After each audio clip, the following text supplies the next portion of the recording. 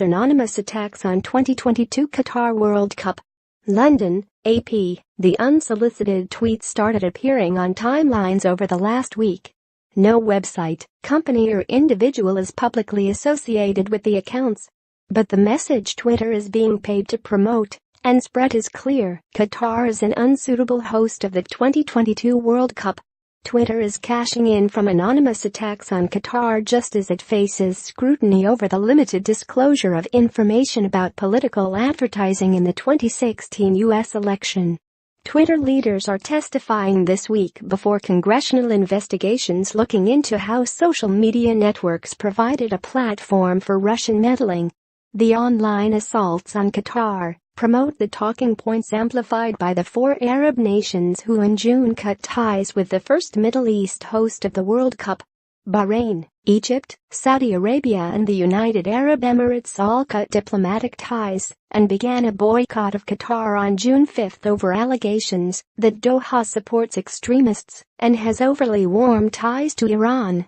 But the Twitter users who received the posts accusing Qatar of supporting extremism alongside images of World Cup preparations are offered no indication of the authors. A promoted post from the Qatar Exposed account asks, "Why does the richest country in the world support terrorism?"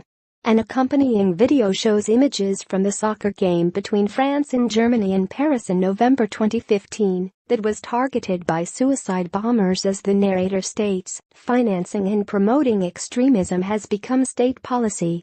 The sequence continues with footage of Qatar winning the FIFA vote in 2010. The video concludes saying, "Its sovereign neighbors have taken a stand, they won't back down." A second account being promoted on Twitter, Qatar Out, features similar branding, with the same typeface and header graphic, and also posted its first message on October 20. With an illustration of a hand showing a red card, the account advocates calls for FIFA to strip Qatar of the World Cup and highlights concerns about conditions for migrant workers. A promoted tweet claims there are projections of 4,000 dead workers as Qatar hosts the World Cup. "This is naked and embarrassing corruption," another Qatar tweet states. "It will destroy international football for the sake of one country." The Qatar World Cup organizing committee declined to comment on the promoted tweets from accounts. The natural gas-rich nation has long denied funding extremists. The anti-Qatar Twitter accounts mirror the tone of other material put out by the Saudi American Public Relations Affairs Committee, a Washington-based influence firm run by Saudi citizen Salman al-Ansari. The committee, known as SAPRAC, has a $1.2 million contract with Bahrain to produce videos and material about adversary countries in the Middle East, according to filings with the U.S. Justice Department. SAPRAC's television and online ads include those targeting Qatar for hosting the 2022 FIFA World Cup. One of the Twitter accounts in question, Qatar Exposed, also retweeted material by the Qatar Insider, a website run by SAPRAC.